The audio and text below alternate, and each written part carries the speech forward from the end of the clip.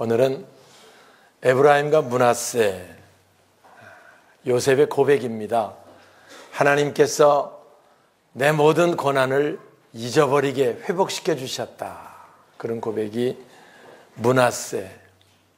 에브라임, 하나님께서 내 하는 모든 일을 번성하게 하셨다. 에브라임, 이 고백이고요. 이 고백이 우리들의 고백이 될 수 있기를 주님의 이름으로 축원합니다. 우리가 새벽에 창세기 읽고 있는데 요셉에 관한 기록들입니다. 요셉이 17살에 형들의 시기를 받아가지고 애굽에 노예로 팔려가거든요. 자기 나라에 노예 다니고 다른 나라에 노예로 팔려갑니다. 처절하게 낮아지는 거지요. 거기 가서 보디발이라고 하는 왕의 친위 대장 집에서 10년 동안 종살이합니다.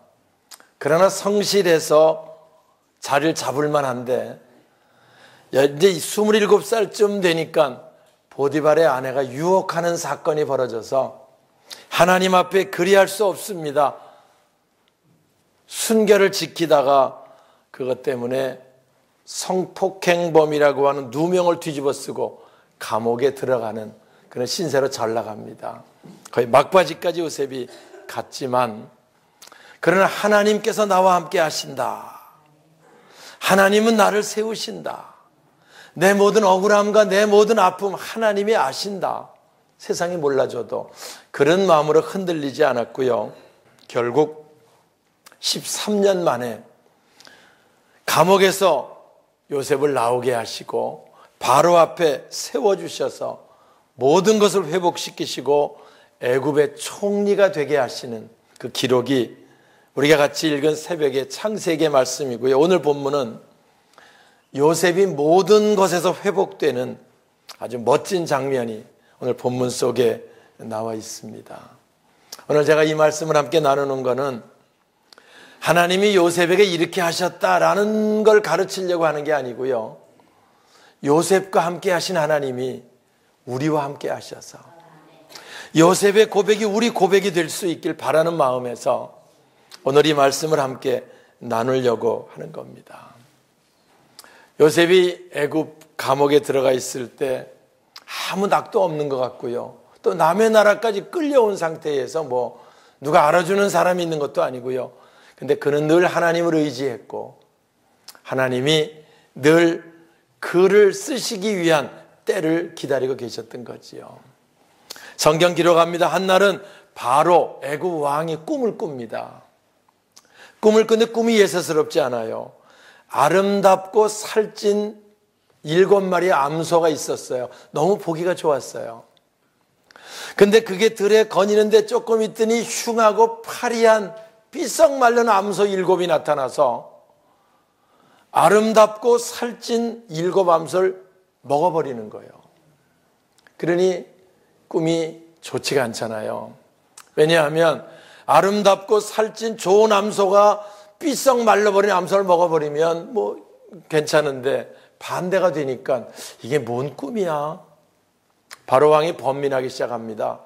근데 또 꿈을 꾸는 거야. 이번에는 무성하고 충실한 7 이삭이 나와서 참 보기가 좋아서 참 좋다 그러고 있는데 동풍에 삐썩 말른 7 이삭이 또 나와가지고 충실하고 그 좋은 이삭을 삼켜버리는 꿈을 또 꾸는 거예요.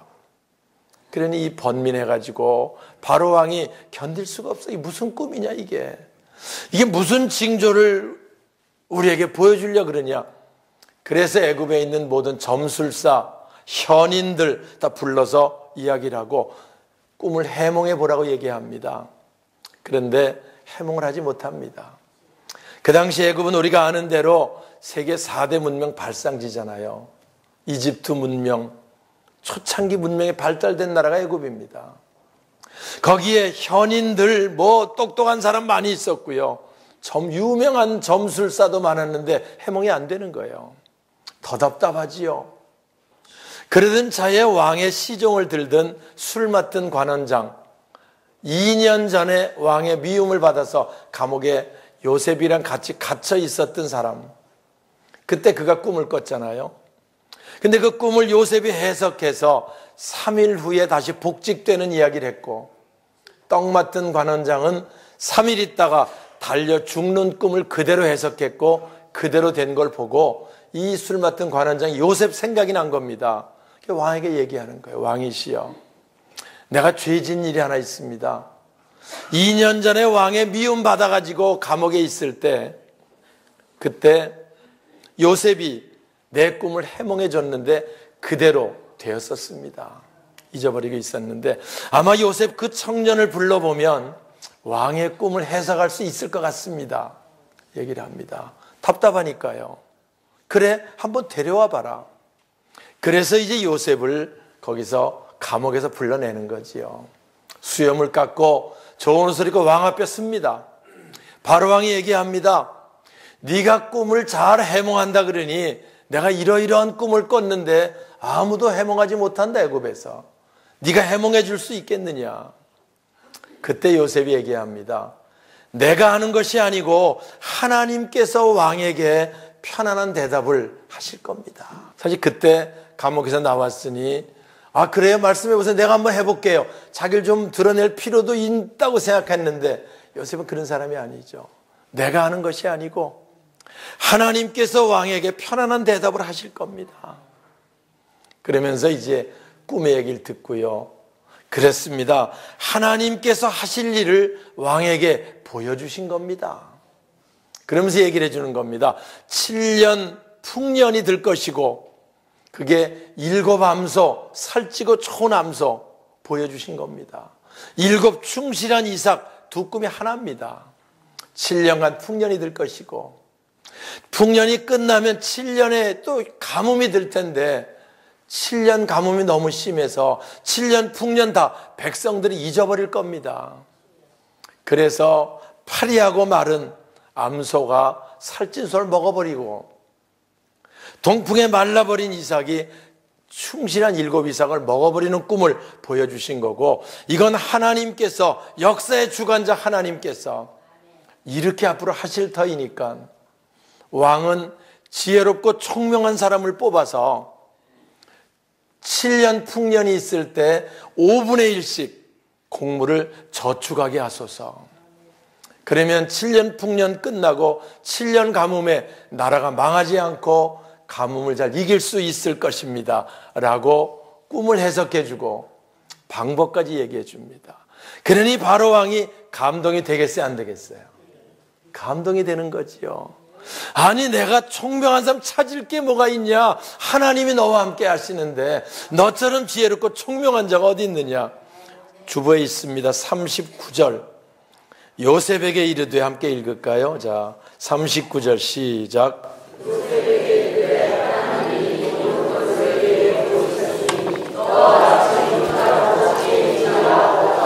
그렇지요. 하나님이 하실 일을 너에게 보여주셨으니 너처럼 지혜롭고 명철한 자가 어디 있느냐? 너가 총리가 돼서 풍년 들 때 5분의 1씩 저축을 해서 7년 가뭄을 대비하도록 그렇게 하라. 할렐루야.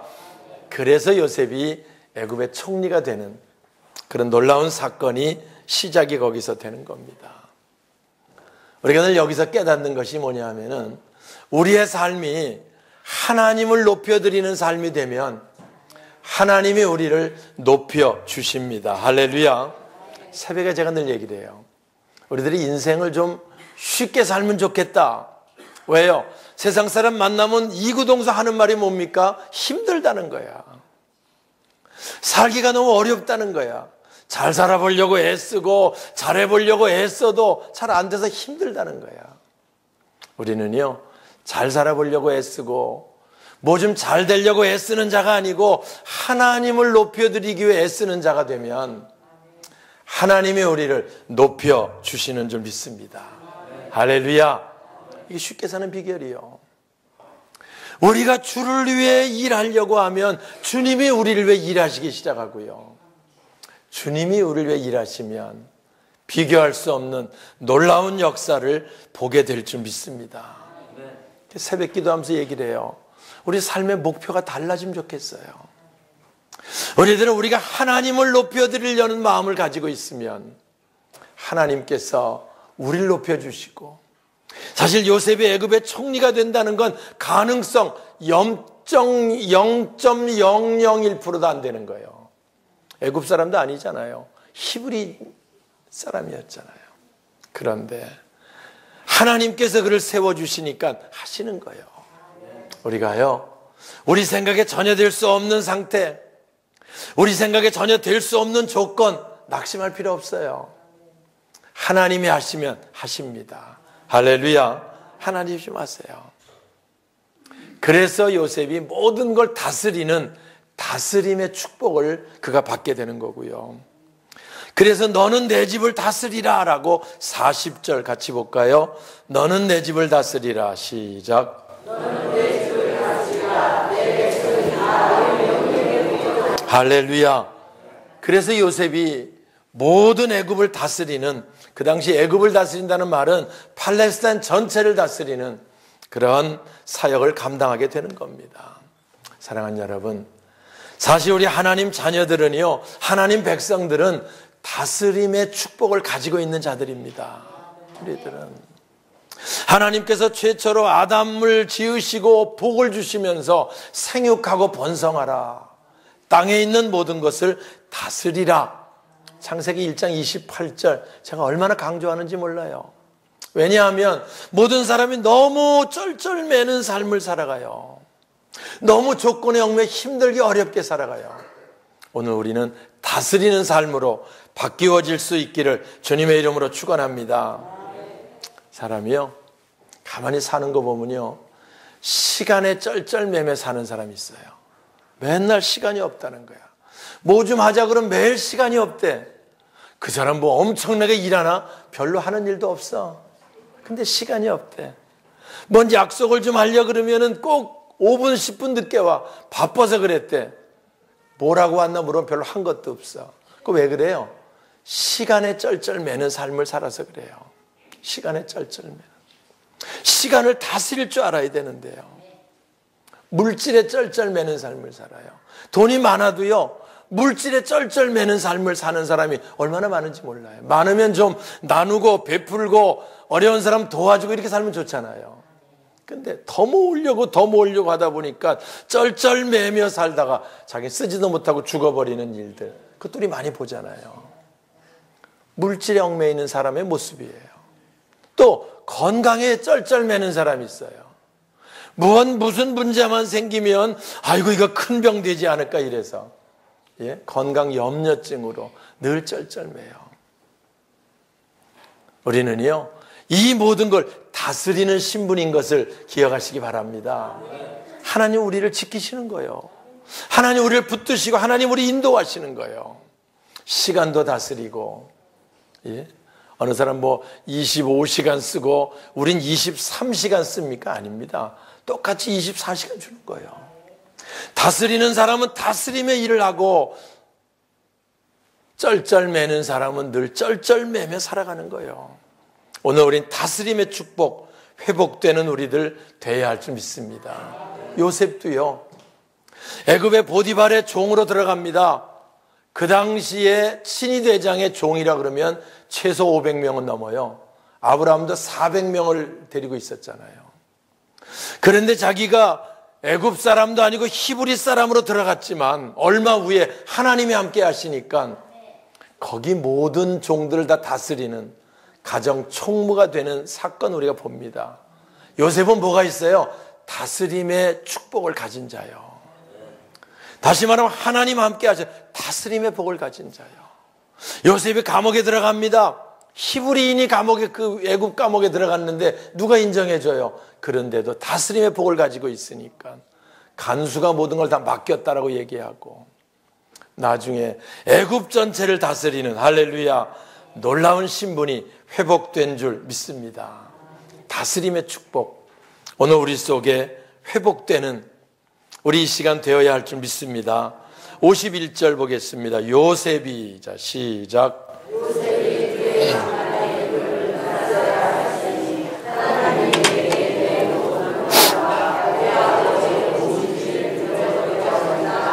할렐루야. 요셉이 장남을 낳고 이름을 므낫세라고 지었다고 그랬어요. 므낫세라는 말은 하나님이 내 모든 고난을 잊어버리게 하셨다, 그런 뜻이에요. 실제 요셉에게 고난이 많았잖아요. 예? 팔려왔고 종살이했고 감옥까지 가고 그 어려움이 있었어요. 그러나 하나님께서 총리가 되게 하시니까 다 잊어버리게 하셨다. 할렐루야. 잊어버리게 하셨다. 이게 요셉의 고백입니다. 사랑하는 여러분, 우리에게 살아가며 여러 가지 고난이 있을 수 있고요, 우리에게 살아가며 여러 가지 문제가 있을 수 있습니다. 그러나 우리 기도하세요. 하나님이 우리 모든 고난을 잊어버리게, 할렐루야, 우리를 세워 주실 줄 믿습니다. 하나님이 잊어버리게 해야 하나님이 회복시키는 거예요. 제가 늘 얘기해요. 모든 기도 응답은 때가 있습니다. 하나님이 회복시킬 때가 있어요. 지금 내 일이 잘 안 된다고, 내 문제가 안 풀린다고 낙심하지 마세요. 그리고 기도하세요. 하나님의 때가 되면 하나님이 므낫세의 모든 고난에서 잊어버릴 수 있도록 회복시켜 주실 줄 믿습니다. 할렐루야. 두 번째가 52절 같이 볼까요? 차남의 이름을 시작. 차남의 이름을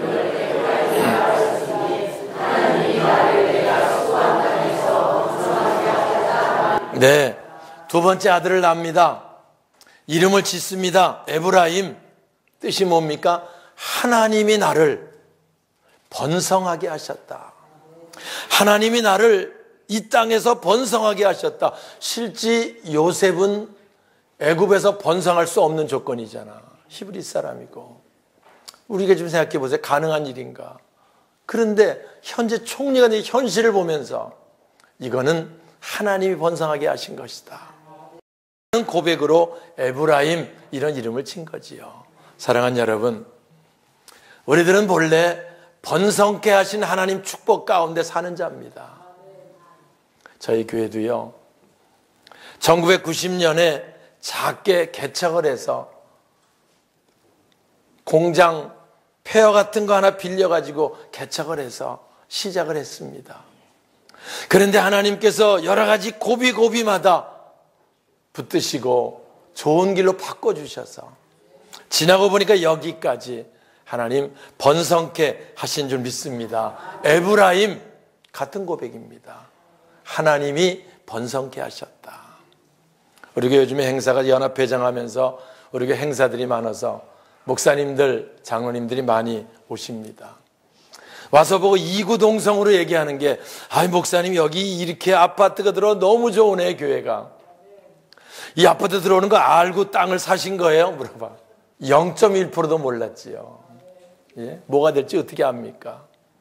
그런데 분명히 하나 아는 건 있어요. 하나님이 이렇게 하셨습니다. 에브라임 하나님이 번성하게 하셨습니다. 요셉만의 고백이 아니고 저의 고백입니다. 하나님이 이렇게 번성하게 하셨다. 하나님 아브라함에게도 생육하고 번성하라, 번성의 축복을 주신 거예요. 오늘 우리가 늘 우리 하는 일에 잘 돼야 돼. 제가 늘 얘기하는 게, 우리 믿는 사람은 잘 돼야 돼요. 왜? 잘 되는 축복을 가지고 있는 자예요, 본래가. 그래서 우리가 요셉처럼 하나님과 함께하는 삶을 살면 그분이 번성하게 하시는 거예요. 내가 번성하려고 애써도 안 됩니다. 내가 번성하게 하려고 노력해도 안 되는 거예요. 하나님이 에브라임 번성하게 하시면 번성하게 될 줄 믿습니다. 오늘 우리가 이 고백이 바로 저와 여러분의 고백이 될 수 있기를 주님의 이름으로 축원합니다.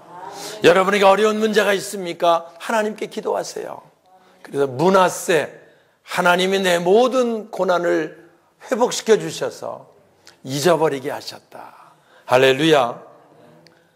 하나님의 때 모든 문제들을 해결하셔서 하나님의 회복시키심을 보게 하여 주시옵소서. 에브라임 고백하세요. 하나님이 나를 번성하게 하신다. 하나님의 에브라임 우리 자녀들을 번성하게 하신다. 하나님 우리 몸된 교회를 에브라임 번성하게 하신다. 그래서 번성케 하시는 하나님의 역사 우리들을 통해 나타나고요. 그래서 우리 지역사회를 형통하게, 우리 충주사회를 아름답게, 그리스도의 선한 영향력이 편만해지는 이 놀라운 일에 쓰임받는 저와 여러분 우리 모두가 되시길 주님의 이름으로 축원합니다.